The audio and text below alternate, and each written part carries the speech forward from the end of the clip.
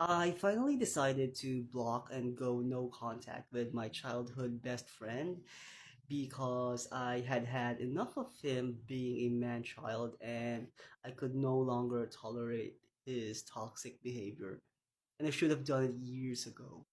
We shared good memories, but the way he lives now outweighs all of that. And being around him makes me feel uncomfortable and drained. Naiirita at nadidiri ako sa mga palamunin na kagaya niya.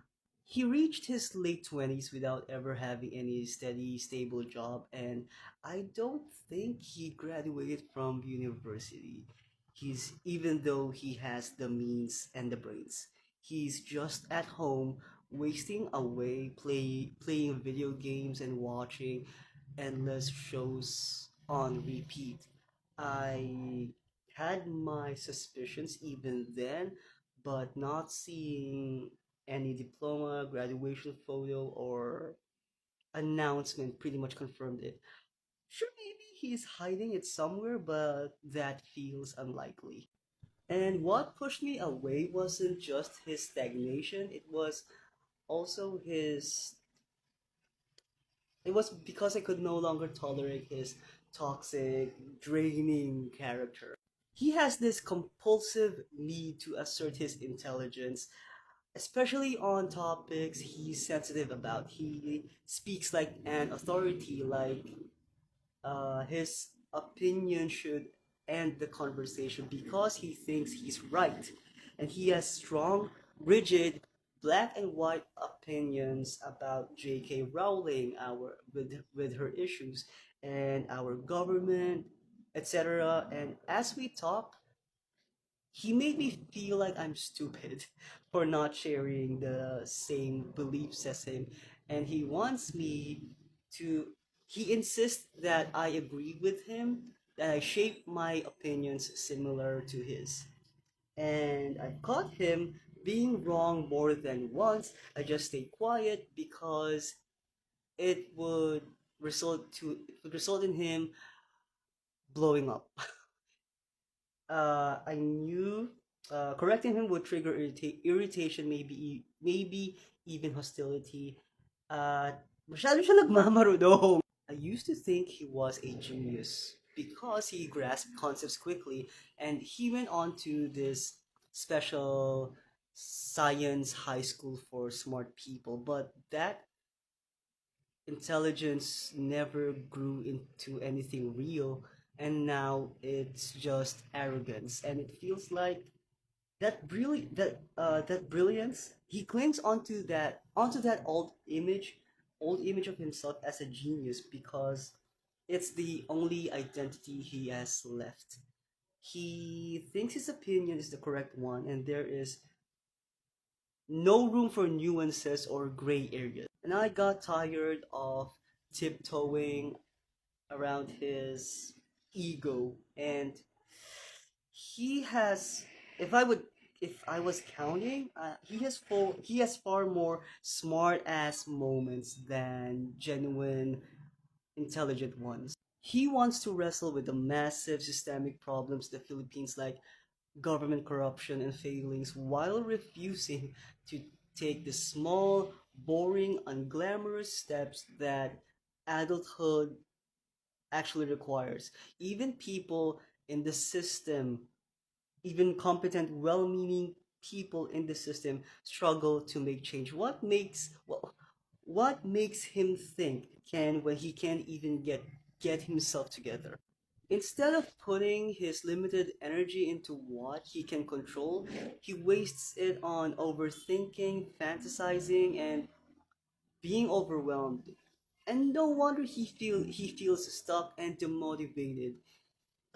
He's living entirely in his head. He has big thoughts with no follow through, and he needs to stop putting so much pressure on himself to act properly.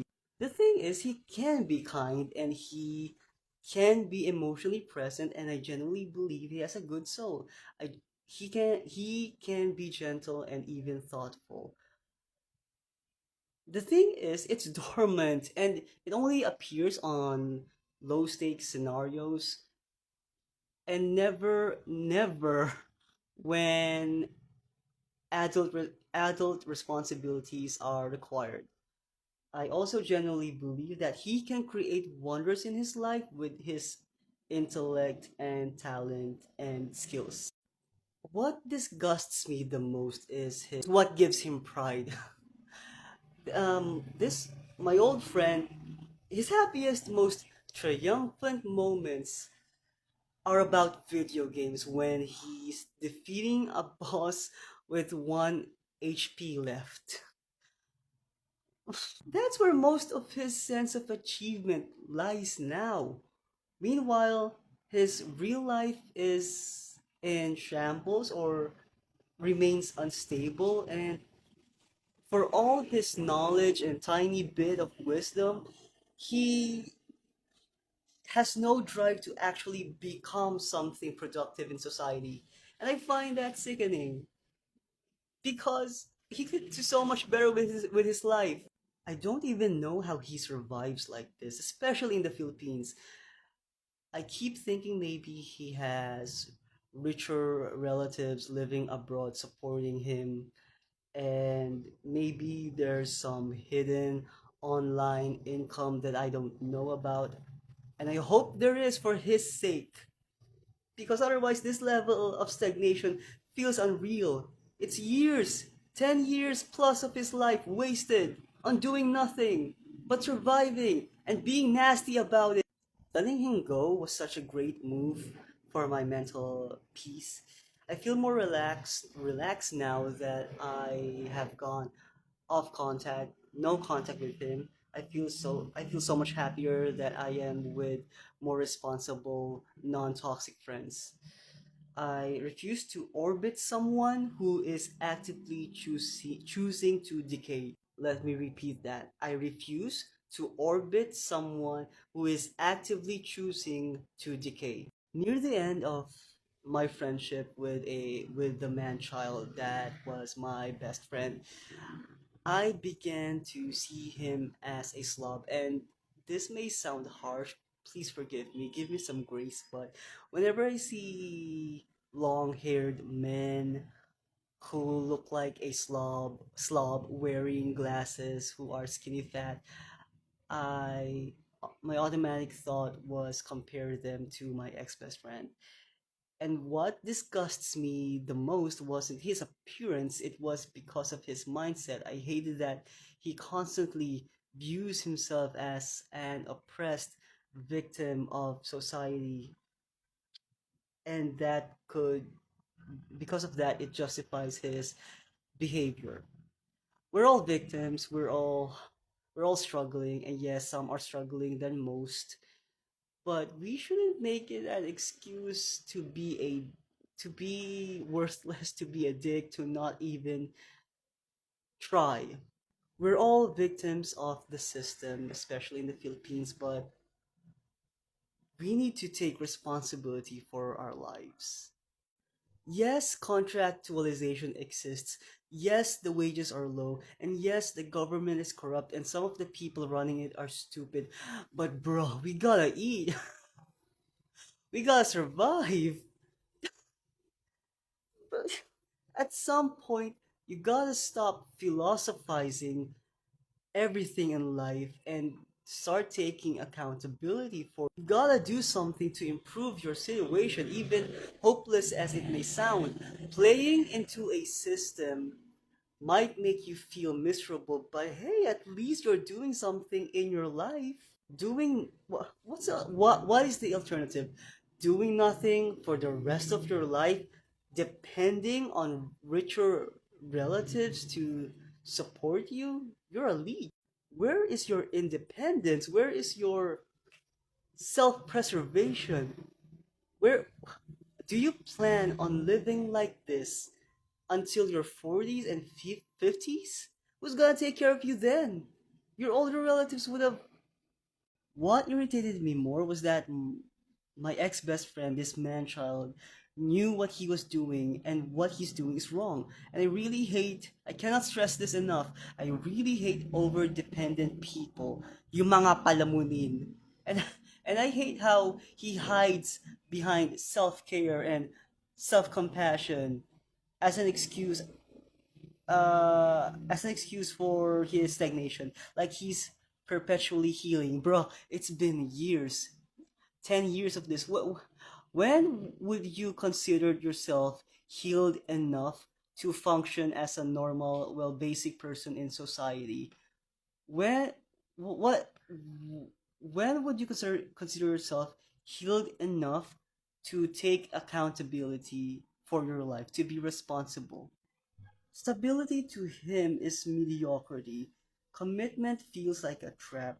And he's so afraid of making the wrong decision that he makes none at all. And it leads to classic paralysis.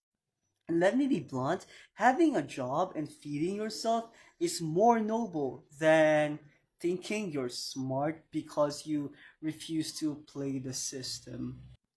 Does he think he's above everyone else just because he's politically hyper aware? And what good does that do if he's not even lifting a finger to contribute to the change advocating, except for voting? Like it's shameful to trade time and for meager wages, and yet somehow honorable to stay at home, having no wages, and consuming endless threads about poor government. What good is it to be hyper aware, and what good is critiquing the government without actively participating or contributing to the good of society? If you want to ruin your life, make sure you don't ruin others within your immediate vicinity. And this is within the context of a perpetual palamuni, a leech that drains the resources of those who are supporting him. A man child, a batugan, someone who doesn't want to work but expect others to support him. Mahiya ka naman. I mean, if you're rich, you might not feel the consequences of your actions, in this case, inaction.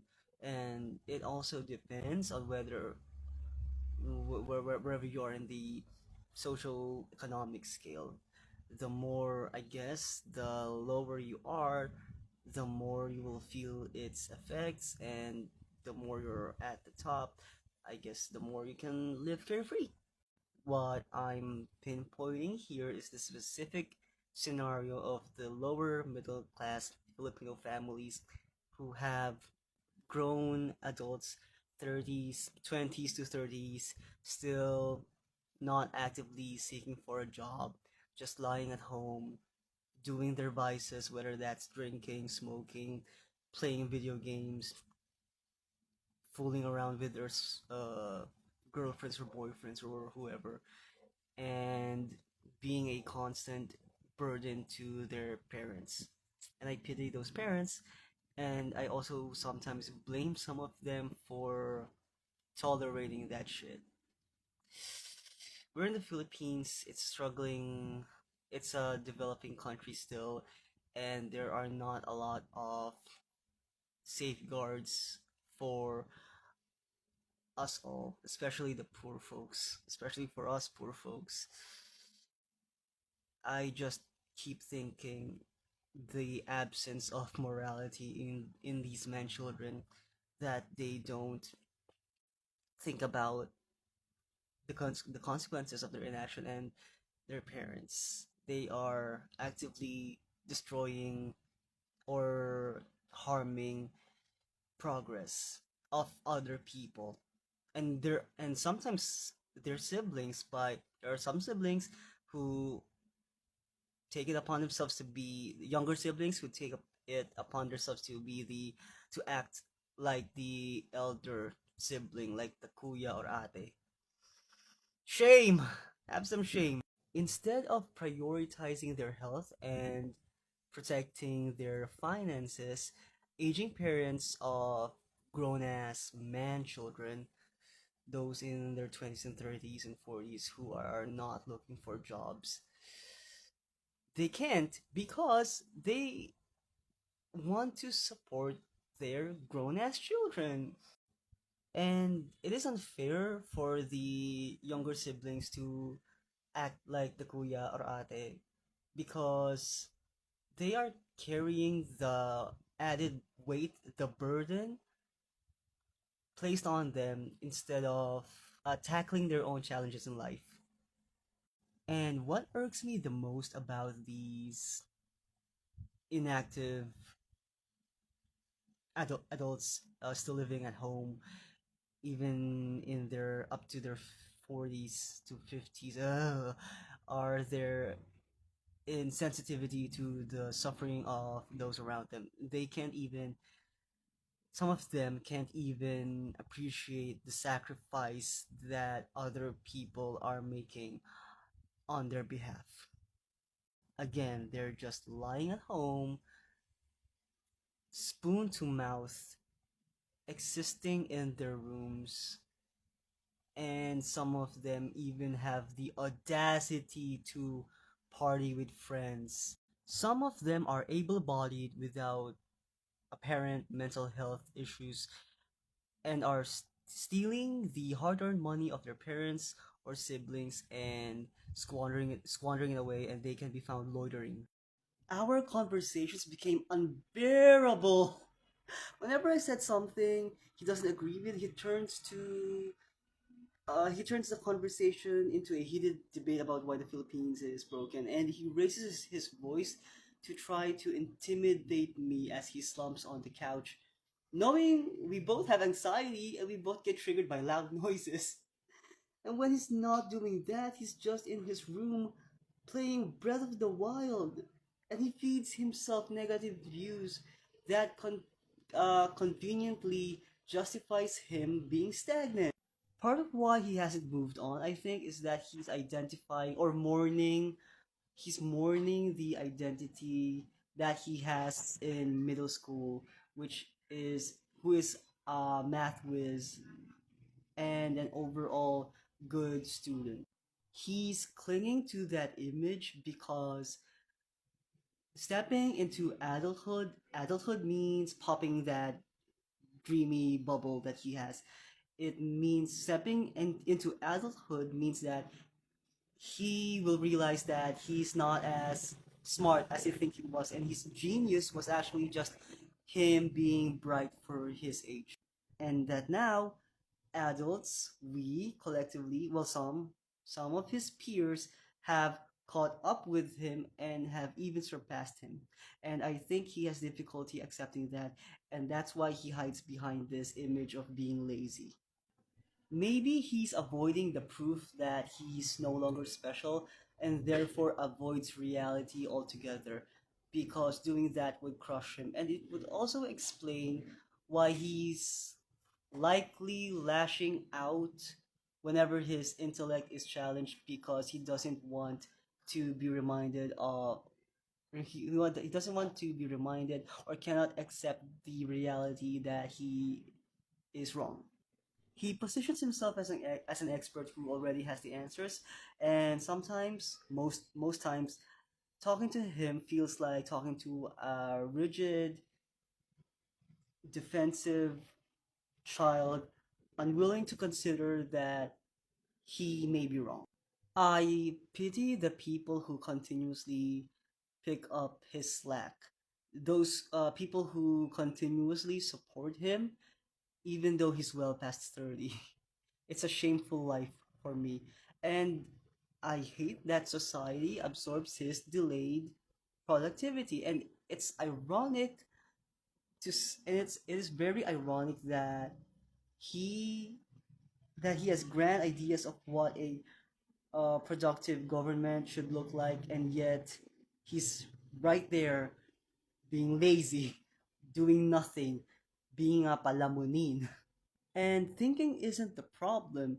Overthinking without action is. Constant critique without responsibility leads to nihilism. I'm afraid he'll turn into one of those man children who redirect their nihilism, their hatred, and redirect their resentment not just on the government but at women, at other people, and he may be at risk of becoming a danger in society. He's always waiting for the right time to feel motivated, but motivation comes after action. At least that's what I believe. It will, if you wait for motivation, it will never come.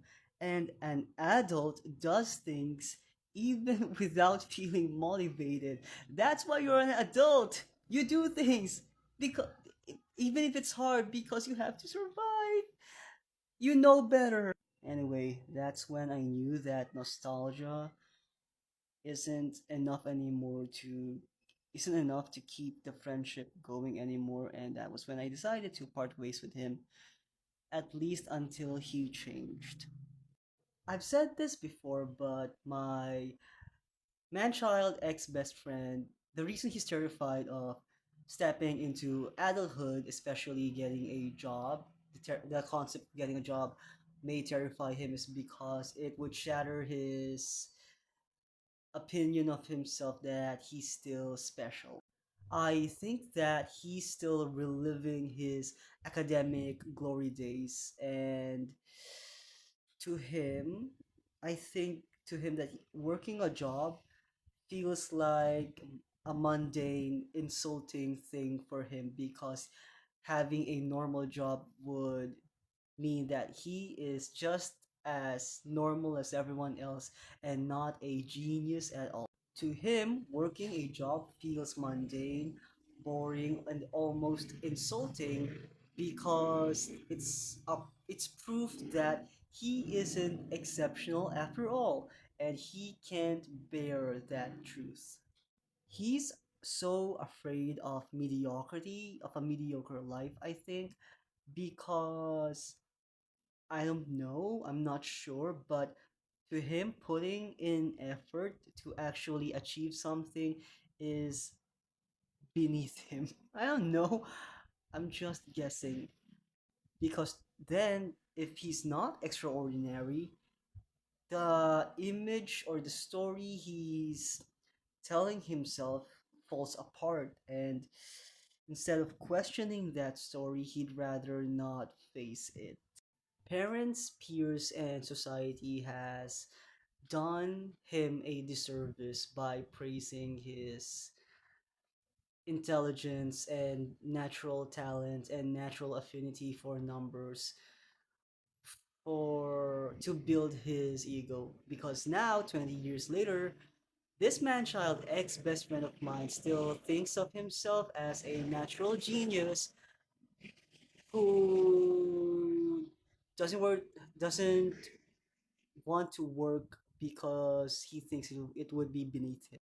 I don't think he also considers other factors that may contribute to him being labeled as a genius during grade school.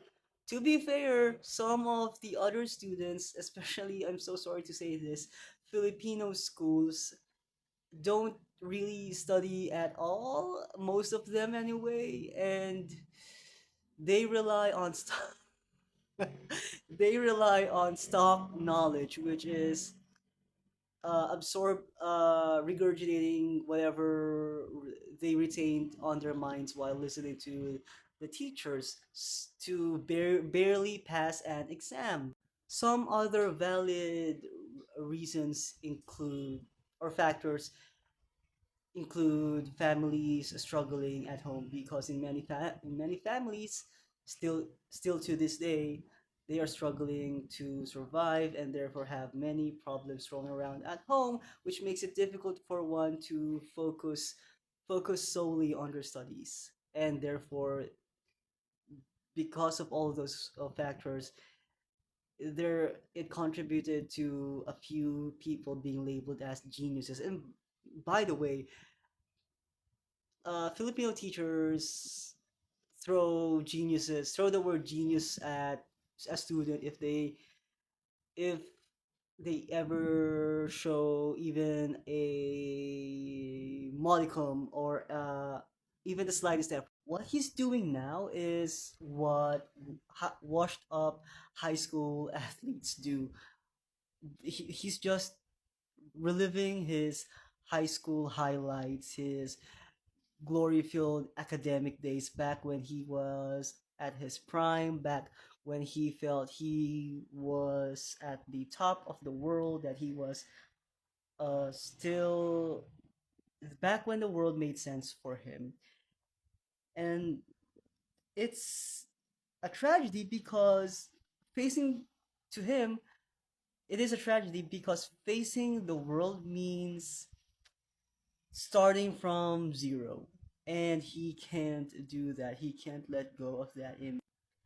That it's unfortunate that that's the part he refuses to do to grow up. I think he's fallen into this Peter Pan syndrome, accurate for being a man child. He needs to destroy his ego and rebuild from scratch. And he needs to stop hiding behind this fantasy of his, because this fantasy of him still being a genius and not working because it is beneath him is making him more depressed, is making him more fragile, and hiding behind this fantasy will continue to make him anxious, depressed, and angry at the world. There are countless geniuses, talented people who are working boring, low paying jobs, 9 to 5 Monday to Friday, or 9 to 6 Monday to Friday, even Monday to Saturday, because intelligence doesn't exempt you from adulthood. You need to stop, he needs to stop treating work and taking responsibility like a tragic fall from grace. Look at him now. I look at him now and see nothing but wasted potential, wasted youth. Just a, just a, I'm sorry, a loser. A depressed, anxious loser. I'm not making fun of mental health, no. I am simply pointing out the choices he made in his life that made him end up like this. And I'm only using the words he said to me. Anyway, the more he stays in his bubble, the harder it is to escape and reintegrate yourself into society. Society isn't kind to older older adults who didn't take their lives seriously. And maybe that's why he always escapes into video games, to quiet the noise, to stop the voice, the remaining logic in his head that time is running out, your youth isn't unlimited, and it doesn't last forever. Action is required to actually uplift your life, positive action, and to distract yourself is to decay. We're already in our 30s. Wala na ako sa kalendaryo ngayong taon. 32 na ako this year. And he's had nearly a decade to figure himself out. And it is at other people's expense. At some point, being a man child stops being tragic and starts being parasitic. I think the hardest pill to swallow for people like my ex best friend who are man children is to accept that life can be boring and they aren't extraordinary. They have to embrace the ordinariness of life. They have to actually feel that their life, their time is limited, and that there are consequences to wasting their potential in life. They have to remember that we only get one life, one try, and there are no retries as far as we know. People like my ex best friend need to grieve this fantasy that they're special. Uh, and they need to stop thinking that having a normal work, a normal boring entry level call center type of job, or any boring job is beneath them. They have to stop thinking that, because it's as if working in some kind it working is some kind of betrayal to their intellect, as if feeding yourself, making money to feed yourself is being makes one a sellout. Plenty of brilliant, talented people face the harshness of our severe traffic congestion here in our country, the Philippines. they they just tough it out. They need to commute 3 to 6 hours a day to work to feed themselves, especially before working from home was the norm. Man, children like my ex best friend need a strict routine, schedules, deadlines, anything external that forces them to grow up, to do things regardless of their mood. They they should not wait for their motivations or beliefs to align for them to be productive. Because if you wait for clarity, you'll be waiting forever, especially if you have such a dark, depressing, dour uh, lens in which to view the world. Adults, you need to be an adult, and adults act even when they're unsure.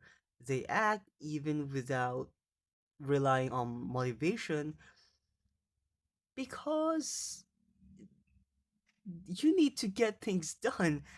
Regard you need to get things done regardless if you're ready or not.